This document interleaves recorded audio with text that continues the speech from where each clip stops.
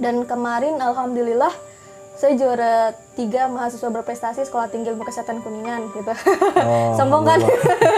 Harus sombong. Ya harus sombong. Ini saya lagi sombong ya.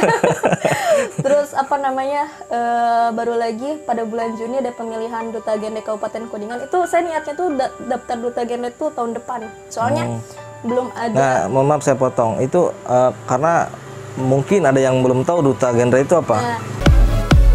Alhamdulillah di outdoor.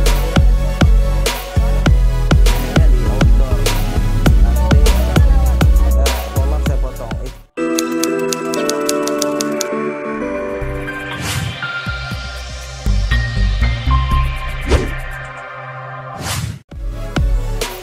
Assalamualaikum warahmatullahi wabarakatuh, Sobat Gat Trans TV dimanapun berada. Semoga kita semua selalu dalam keadaan sehat dan dalam keadaan yang diridhoi oleh Allah Subhanahu Wa Taala. Di podcast kali ini, podcast Sersan, serius tapi santai. Alhamdulillah di malam yang berbahagia ini saya kehadiran tamu kehormatan. Waduh, tamu kehormatan nih, benar ya, Sobat. Nanti kita akan berbincang dengan tema yang akan nanti ditulis di judul. Langsung saja kita sapa ke bintang tamu Gat Trans TV malam hari ini. Assalamualaikum. Waalaikumsalam warahmatullahi wabarakatuh. Saya panggilnya Neng atau Teteh. Wah, Teteh berarti ya. Teteh Ainun, teman-teman ya. Teteh Ainun ini adalah salah satu pemudi, mahasiswi, anak muda yang menurut saya pertama berprestasi, yang kedua kreatif dan pokoknya komplit lah ya. Maka dari itu saya undang untuk berbincang. Teh Ainun, gimana nih kabarnya Teh Ainun? Alhamdulillah sehat. Sehat ya? Iya. Gimana Kang, sehat? Alhamdulillah udah sesehat ini. Iya, alhamdulillah. Udah vaksin? Alhamdulillah. Alhamdulillah. Alhamdulillah. Ya. Jadi kita dalam keadaan yang sudah divaksin dan sehat ya. Alhamdulillah. Mematuhi prokes insya Allah. Teh Ainun, kesibukan sekarang nih, apa yang sedang dilakukan?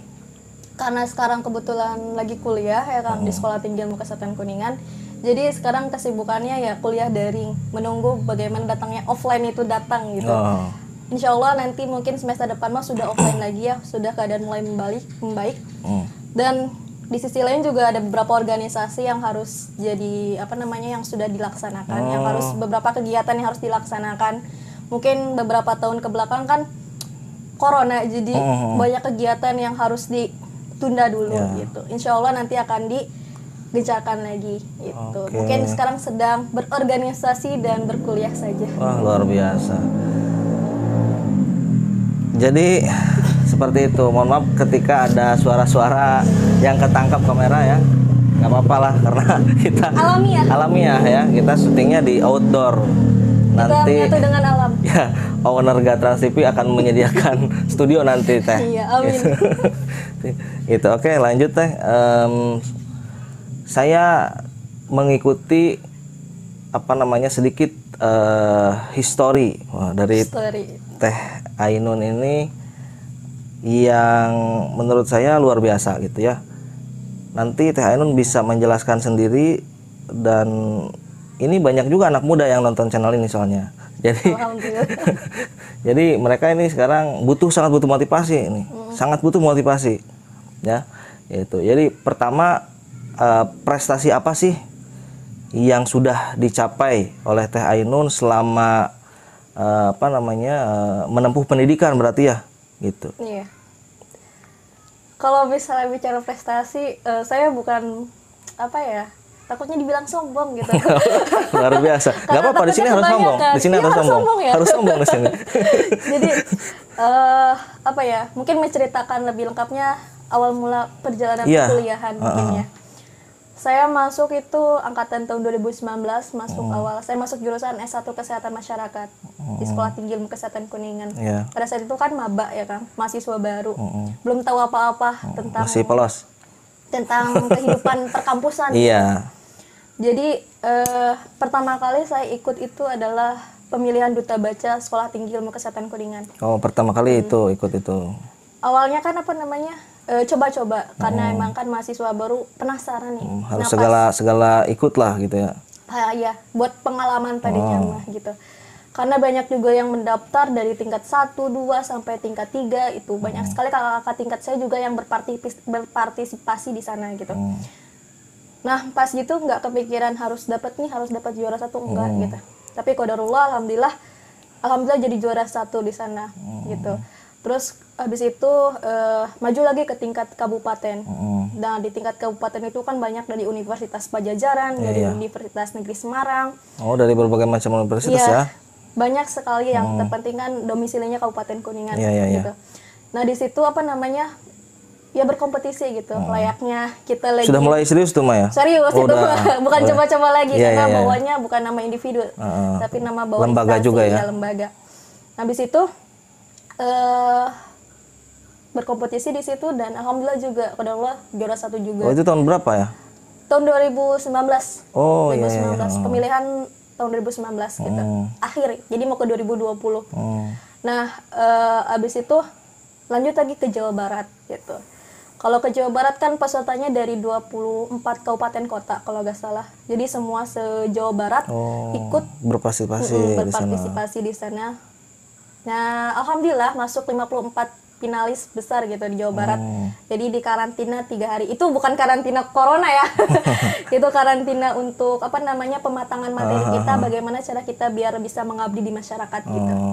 Biar bisa kita mengembangkan minat baca atau literasi di masyarakat sekitar gitu, di anak-anak, di pelajar gitu. Bagaimana caranya kita ya menularkan minat baca gitu. Nggak dapat kalau di situ mah, tapi alhamdulillahnya itu udah masuk 54 besar, jadi punya pengalaman yang banyak, ketemu Pak Ridwan Kamil, ketemu Pilih Baik, mungkin ada yang tahu film Dilan gitu kan, ketemu di sana sama langsung sama penulisnya, itu pengalaman pertama yang paling besar sih buat saya gitu. Terus habis itu saya nggak mau berhenti di duta baca aja nih, masakan pengalaman masa muda itu harus jangan disia-siakan gitu kan, dimanfaatkan sebaik-baiknya biar kita juga nanti bisa menceritakan di hari tua kan. Nah, banyak sekali apa namanya kompetisi di kampus maupun luar kampus. Kalau di kampus kan banyak yang apa namanya kompetisi debat mahasiswa Indonesia, terus juga ada NUGC, ada pemilihan mahasiswa berprestasi. Dan kemarin alhamdulillah saya juara 3 mahasiswa berprestasi Sekolah Tinggi Ilmu Kesehatan Kuningan gitu. Sombong kan? Harus sombong. Ya harus sombong. Ini saya lagi sombong ya.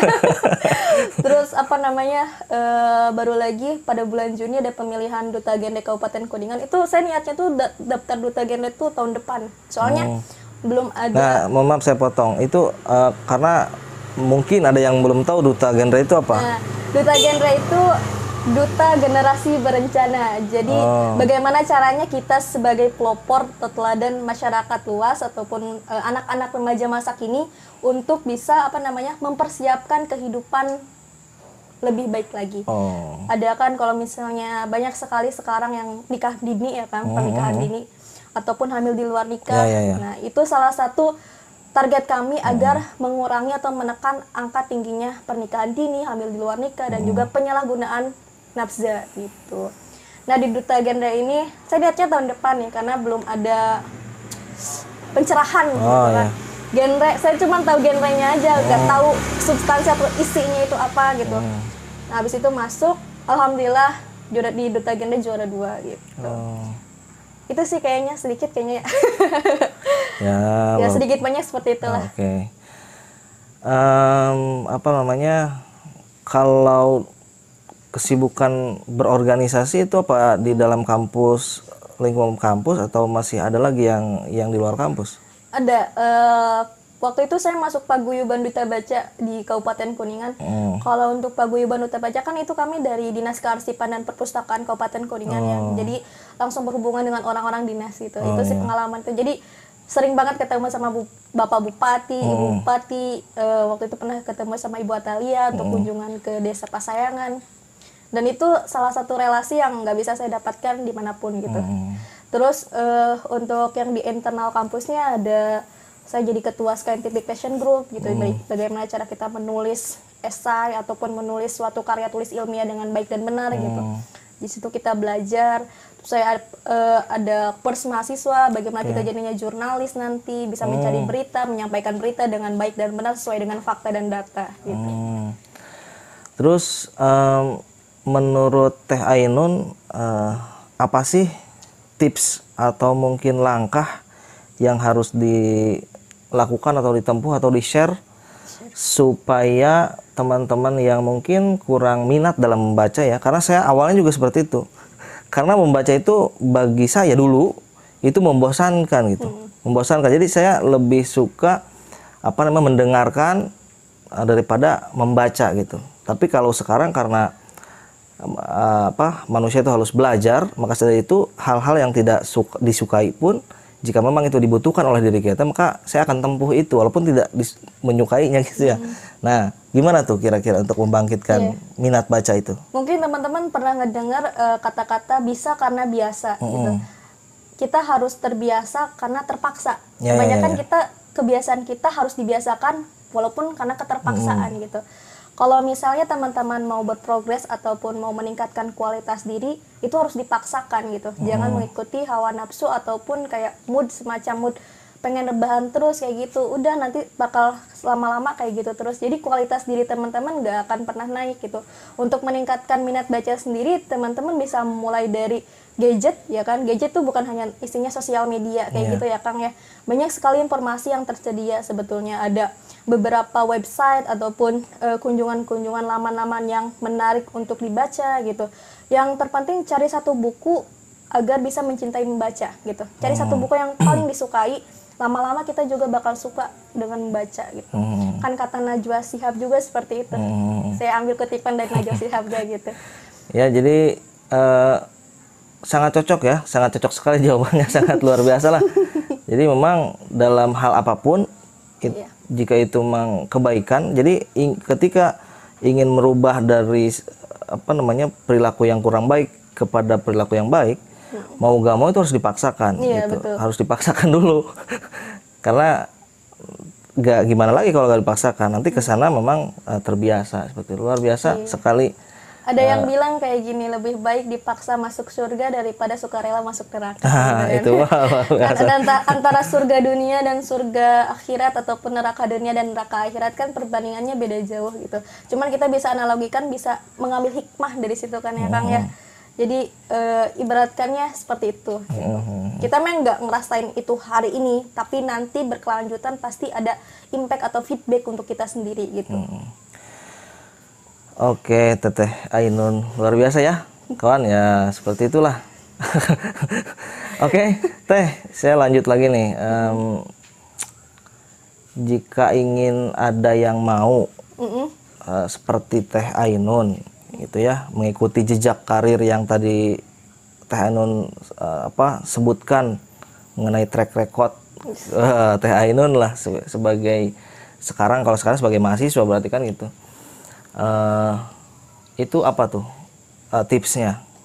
Tipsnya ya? Supaya memang bisa mengikuti dan bisa menjadi juara gitu. Dan harus kemana dulu? Harus ngapain dan kemana dulu gitu?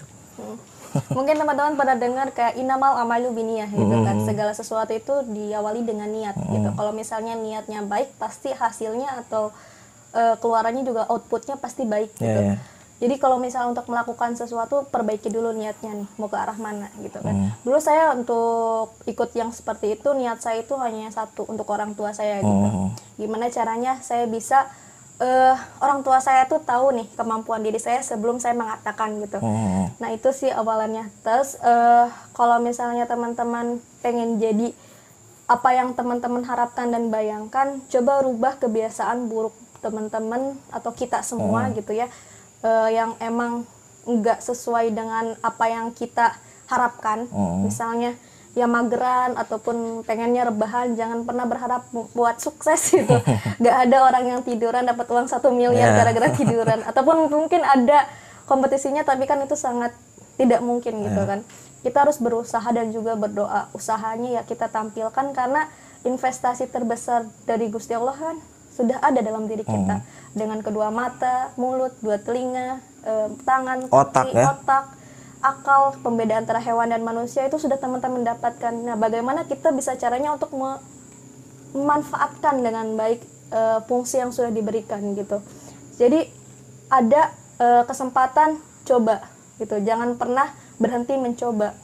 Atau enggak kayak kalau misalnya teman-teman pengen hal yang baru tapi keduluan takut, itu nggak akan pernah dapat, Kang. Walaupun kita takut harus hajar gitu. Nanti kita tuh bakal tahu rasanya kayak gimana, prosesnya kayak gimana gitu. Jangan pernah takut buat nyoba, itu aja sih. Kalau misalnya ada kesempatan, keberuntungan itu ketika peluang bertemu dengan kemampuan. Jadi ketika ada kesempatan, kita ada kemampuan, pasti di situ ada keberuntungan, kata saya gitu. Mantap sekali. Jadi ya seperti itu memang ya. Jadi kamu belum tahu jawaban sesungguhnya sebelum kamu mencobanya. Betul. Jadi jangan sampai belum melakukan sudah berasumsi sendiri gitu ya. Gitu. Iya, betul. Nanti apalagi saya kemarin tuh bahas di podcast RFA tentang second win, kemampuan kedua. Itu sudah agak-agak dalam memang. Saya memang dipancing ngejawab itu, tapi menjawab gitu ya. Ini bisa nyambung nantilah di episode berikutnya. Ada episode selanjutnya. Berarti diundang lagi nih. Ya harus dong. Keren. Oke teman-teman, jika memang video-video kami dan Teh Ainun ini dirasa memang perlu ada part 2-nya lagi, dan jika ada pertanyaan mungkin yang belum saya tanyakan mau diwakilkan ditanya tadi, boleh ditulis di kolom komentar atau di Instagram nanti yang akan dicantumkan gitu. Mungkin tadi karena ada masih banyak sekali yang belum ditanyakan gitu ya. Nah, nanti juga ada part 2-nya. Oke, teman-teman, mungkin cukup dulu Teh Ainun. Boleh, ya cukup. Kalau lama-lama nanti bosen, biar nanti kita ketemu lagi gitu Ya. kan. Biar nanti penasaran. Saya juga masih banyak penasaran nih.